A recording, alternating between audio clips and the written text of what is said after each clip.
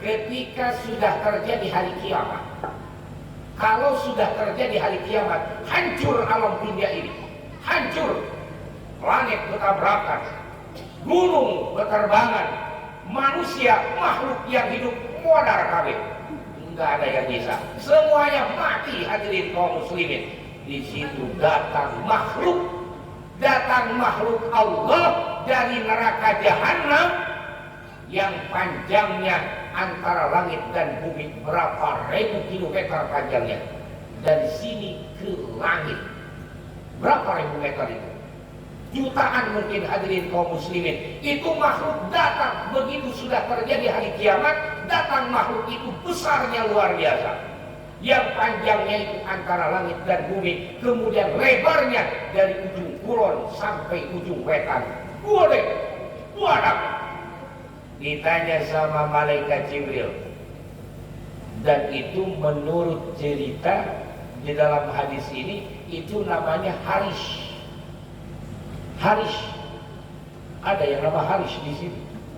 Ternyata makhluk dari jahanam itu. Tapi jangan salah paham. Waduh, anakku udah dikasih nama Haris lagi gitu. Ini ha, ini diambil dari kata ha kecil, ha, ro, kemudian ya, kemudian shin. Shin itu letaknya di tengah-tengah lidah. Shin. Lamun ibu-ibu, lamun di lemur-lemur ngagepakeun hayam kumaha? Syiu. Nah, eta syiu. Lamun aya anjing syik cenah gitu. Eta syiu.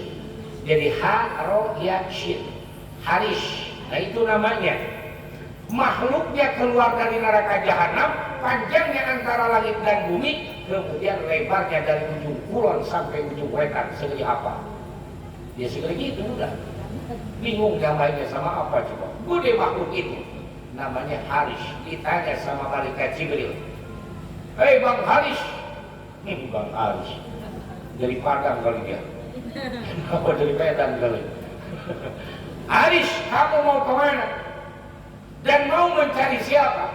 Haris itu menjawab, saya mencari 5 orang, 5 kelompok manusia. Berapa Bu? Pak, berapa? 5 kelompok manusia dicari sama Haris. Jadi targetnya Haris, yang makhluk itu keluarnya dari neraka jahanam, dihakan kayak si Haris. Mana targetnya? Yang pertama, tarikus salah, orang yang suka meninggalkan sholat. Orang yang suka meninggalkan sholat nanti di hari kiamat jadi targetnya Haris, dicari nantinya.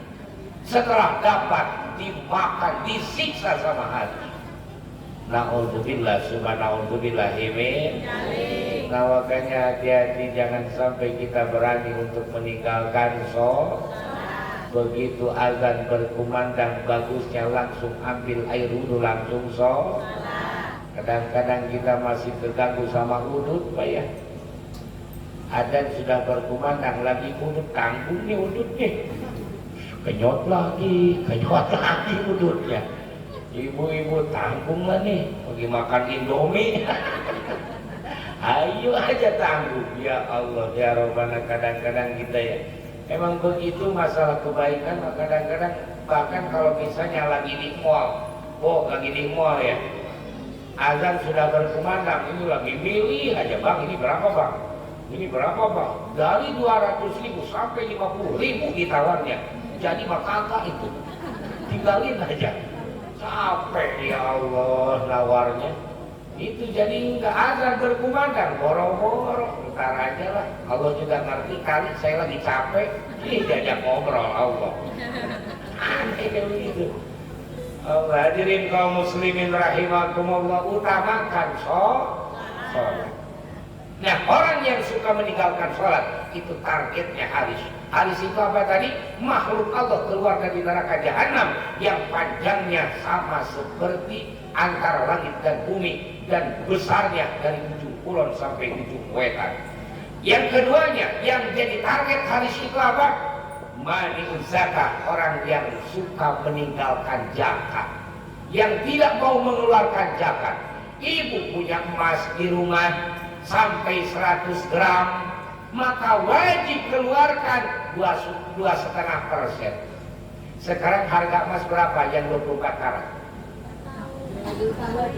Berapa? 2 juta kali 100 gram kali 80 gram dah. Karena yang wajib harus dizakatin itu kalau kita punya emas 77 gram 500 mili. Kalau kita sudah punya emas segitu, wajib harus dikeluarkan zakatnya. Terus emasnya emas yang 24 karat. Kali itu, kali 80 gram berapa? 2 juta kali 80 gram berapa? Boro-boro tidak hitung itu bahas. Emas kan gitu gablok. Ayah Mas Jawa ditimbang ngajol deh. Ngajol ditimbang Mas Jawa. Berapa coba? 160 juta. Ya. Itu 2,5% dari 100 juta aja. Dari 100 juta itu cuma 2.500.000. Sedikit. Dari 160 juta itu paling cuma 3 jutaan. Ngejakatin emas, kita punya emas sudah sampai 80 gram, keluarin. Gimana kalau misalnya kurang 1 gram nih, nggak wajib dijakatin. Yang wajib yang harus dijakatin itu emas sama perak. Inten berlian nggak wajib walaupun mahalan inten. Karena memang yang dituntut sama agama yang wajib harus dikeluarkan zakat itu adalah emas dan perak. Padi, ibu bapak punya padi di kampung misalnya panen dapat 1 ton, maka keluarkan 10%, 1 kintal keluarin. Itu di padi. Nah, orang yang akan jadi targetnya haris itu adalah orang yang suka meninggalkan zakat. Sebenarnya hadirin kaum muslimin, tadi sudah disampaikan, permintaan agama itu cuma sedikit, tapi rasa-rasanya malas untuk mengeluarkan. Jangan jauh-jauh, kemarin kita bulan puasa suruh zakat fitrah, benar gak? Zakat fitrah itu untuk apa? Untuk membersihkan badan kita. Dan itu terjadinya setahun sekali. Cuma di bulan puasa. Begitu MUI menyampaikan 50.000 tahun ini zakat, ngomong gede amatnya. Padahal mah apa? Itu 1 tahun lo bayarnya. 360 hari bayarnya cuma 50.000 doang. Di beras mah cuma 3,5 liter, kurang karena katut bahasanya cuma 3,5 liter, tapi ada aja yang ngomong mahal amatnya. Itu motor di mana 2 kontrak kanan loba, tapi masih ngomong zakat segitu. Padahal kalau untuk kepentingan diri kita, bahkan untuk membersihkan diri kita dalam jangka 1 tahun 100-200 ribu juga siap harusnya. Kenapa? Sedikit yang Allah minta itu. Di sholat 24 jam kita dipinta sama Allah cuman berapa? 1 jam juga gak nyampe. Wudhu berapa menit Pak? Wudhu berapa menit wudhu biasanya?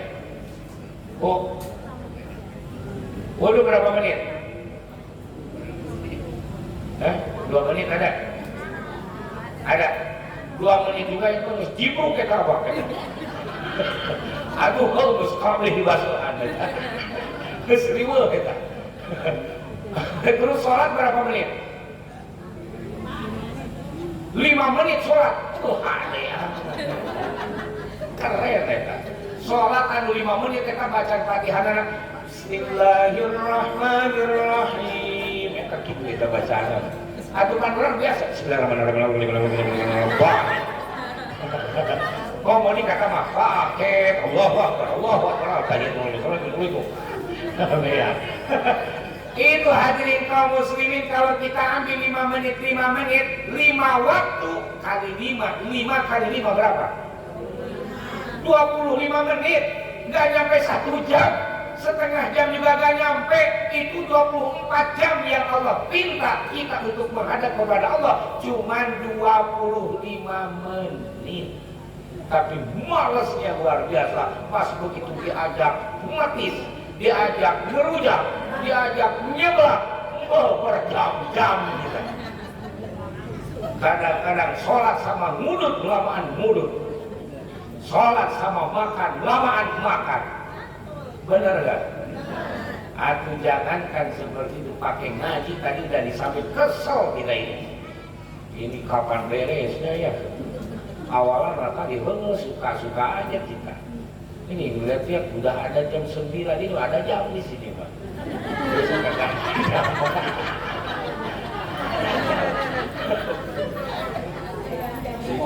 Ada jam ini. Mau dicopot. Biasanya kan di sana kagak ada jam biasanya. Perasaan udah lama gitu ya Allah. Lalu kita hadirin kaum muslimin. Jadi kalau misalnya nih ibu-ibu, kalau misalnya kita punya keyakinan dulu sebelum kita benar pernah meninggalkan sholat, maka jangan dulu sholat sunnah, kodok dulu yang dulu, kodokin dulu. Misalnya di duhur kita sholat duhur biasa yang adaan. Beres itu tambal yang memang pernah kita gak sholat duhur dulu. Usolli fardhu zuhri arba'a rakaat di mustaqbilal kiblati qadaan lillahi ta'ala. Allah dalam hatinya saya berniat sholat duhur 4 rakaat menghadap kiblat qada karena Allah Ta'ala 4 rakaat. Gak tahu berapa biji, gak tahu berapa sholat saya tinggalkan. Untuk kehati-hatian terserah, pokoknya ada kodoknya gitu. Karena kan nggak tahu dulu berapanya. Itu waktu kita suka main malam itu dulu tuh. Waktu belum bener kita kan baru kita benernya. Ya Allah, hadirin kaum muslimin qadain subuh misalnya. Usolli fardhu subhi raka'ataini mustaqbilal kiblati qada lillahi ta'ala Allah. Saya berniat sholat subuh 2 rakaat menghadap kiblat qada karena Allah Ta'ala. Di qada. Jangan dulu mikirin yang lain-lain sunah-sunah. Itu dulu utamakan dulu yang pernah sholat lalu yang pernah kita tinggalkan. Pastilah tidak ada orang soleh yang tidak mempunyai masa lalu. Dan tidak ada orang jahat yang tidak mempunyai masa depan. Semua manusia ada harapan hidupnya ingin jauh lebih baik.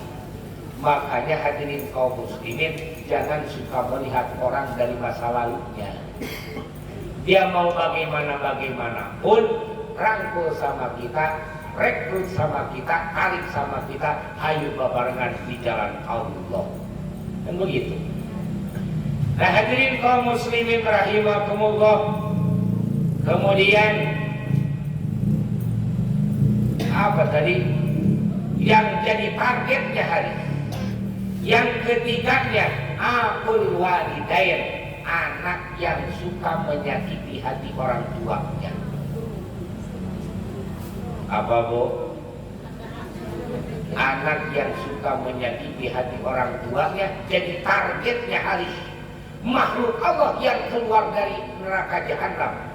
Panjangnya antara langit dan bumi. Lebarnya dari ujung kulon sampai ujung wetan, mencari anak yang suka menyakiti hati orang.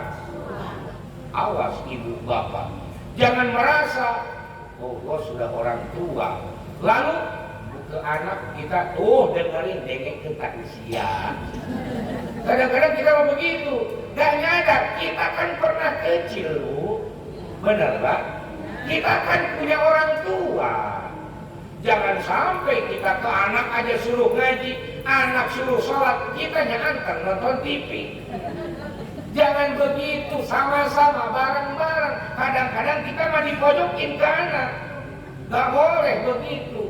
Karena kenapa? Kita juga kan ngalamin jadi anak.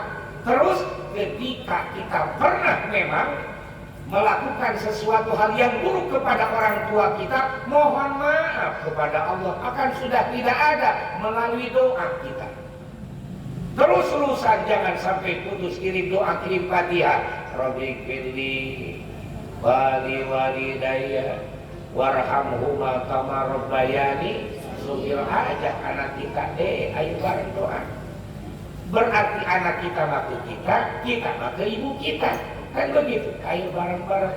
Rabbi firli wali walidayya warhamhuma kama rabbayani sugir. Kadang-kadang kita misalnya ada yang lagi nerangin tentang gak boleh melawan sama orang tua, anak kita di samping langsung kadengitkeun usia. Arisia emang pengalaman budak. Budaknya jadi balikin, ari mamah kan dulu pernah kecil juga. Coba kalau dibalikin begitu. Itu buah tidak akan jauh dari pohon, tidak akan jauh dari pohonnya. Hadirin kaum muslimin, mungkin anak itu ngelawan, kita juga mungkin pernah ngelawan sama orang tua kita. Nah makanya bagaimana lewat doa, hadirin kaum muslimin, supaya dosa-dosa orang tua kita yang dulu yang sudah meninggal itu diampuni sama Allah. Bagaimana? Kirim doa mohon ampun kepada Allah. Bahkan orang tua kita dulu pernah silaturahmi ke siapa, kita sambung silaturahminya. Itu senang orang tua itu di sana. Kalau kita nyambung silaturahminya, suka kemana silaturahminya, kita sambungkan lagi. Nah, yang jadi target hadis itu yaitu anak yang suka menyakiti hati orang tua. Kemudian yang keempatnya syaribul khamri, orang yang suka minum arak. Jalannya jadi sempoyongan gara-gara sebotol minuman. Itu anak muda zaman sekarang. Kalau lagi kumpul-kumpul itu laguin aja. Jadi tidak lepas dari botol minuman, jadinya jalannya sempoyongan. Syaribul khamri, orang yang suka minum arak, itu jadi targetnya habis makhluk Allah keluar dari neraka jahanam. Yang kelima yang jadi targetnya habis itu al-mutakallimu fil masjidi bi kalami dunya. Yang kelima yang jadi targetnya haris itu adalah orang yang suka ngomong dunia di masjid. Di mana? Ngomong dunia, perkara dunia di masjid jualan. Beda ya kalau di majelis. Kalau di majelis kita itu nggak apa-apa itu. Nggak apa-apa, beneran nggak apa-apa. Ini mah di masjid khusus. Misalnya ibu datang ke sini ke pengajian, sekalian lah mau bawa rambutan, mau jualan rambutan, atau terserah, mau jualan kamis misalnya terserah. Ini mah di masjid. Perkara dunia, ngomong perkara dunia di masjid itu jadi targetnya haris. Apalagi yang lain-lainnya. Saya gak berani ngomong yang lain-lainnya. Pokoknya ngomong begitu saja, itu sudah menjadi targetnya haris. Apalagi ngomong yang lain-lainnya. Na'udzubillah, apalagi sampai ya ribut atau segala rupa. Na'udzubillah, summa na'udzubillah ini. Karena masjid itu Baitullah, rumahnya Allah, tempat suci. Hadirin kaum muslimin, kalaupun misalnya ada orang yang ngomong tentang dunia di masjid, maka itu jadi targetnya habis makhluk Allah yang keluarnya dari neraka jahanam, panjangnya antara langit dan bumi, kemudian lebarnya dari ujung kulon sampai ujung wetan. Nah itu hadirin kaum muslimin ada 5. Mudah-mudahan kita semua tidak termasuk orang-orang yang jadi target haris. Mudah-mudahan, amin. Kita mudah-mudahan tidak menjadi targetnya haris, mudah-mudahan. Artinya apa? Kita suka sholat insya Allah, zakat insya Allah, kemudian ke orang tua sopan insya Allah, kemudian minum arak pun enggak, nauzubillah. Kemudian ngomong tentang dunia di masjid pun enggak, karena kita ke masjid atau ke musola itu niatnya niatnya sud, niatnya ibadah, ibadah udah itu kita memang punya perasaan bahwa kita itu banyak dosa. Makanya mudah-mudahan yang melangkahkan kaki ke tempat yang mulia ini memang niatan mau ngaji, jelas sabda baginda Nabi, orang yang berangkat menuju ke tempat pengajian sebelum melangkah kakinya Allah sudah menyediakan ampunan. Mudah-mudahan dosa-dosa kita, dosa kecil yang terasa, yang tidak terasa ada dalam maghfirah Allah Subhanahu wa taala. Orang tua kita yang sudah mendahului kita, yang sudah meninggal, mudah-mudahan berada di dalam kemuliaan, mendapatkan rahmat Allah, meninggalnya husnul khatimah, membawa iman dan Islam yang sempurna. Adapun orang tua kita yang masih ada, mudah-mudahan Allah kasih umur panjang, sehat walafiat, dan juga mudah-mudahan kitanya sebagai anaknya dikasih kekuatan, bisa khidmah, bisa menghormati, bisa adab kepada orang tua kita. Amin ya Allah ya Rabbal. Kemudian anak-anak kita mudah-mudahan menjadi anak-anak yang soleh-soleh. Amin ya Allah ya Rabbal alamin. Itu saja mungkin yang bisa disampaikan. Mudah-mudahan berkah barokah semuanya, dan juga mohon doa dari semuanya, mohon doa dan didoakan dari jamaah ini, jamaah Majelis Salim Dian Yusuf Al-Qur'an semuanya. Saya insya Allah malam ini pulang dulu ke rumah, dari situ beberes mau pulang ke Cianjur. Doanya ibu saya sama kakak saya berangkat haji. Berangkatnya insya Allah minggu malam Senin. Berangkatnya insya Allah. Doanya dari semuanya, mudah-mudahan ibu saya dikasih kesehatan sama Allah, lancar, berkah barokah, dan juga mudah-mudahan di sananya bisa melaksanakan ibadah haji yang sempurna, pulang-pulangnya membawa pendidikan haji yang makbul dan mabrur.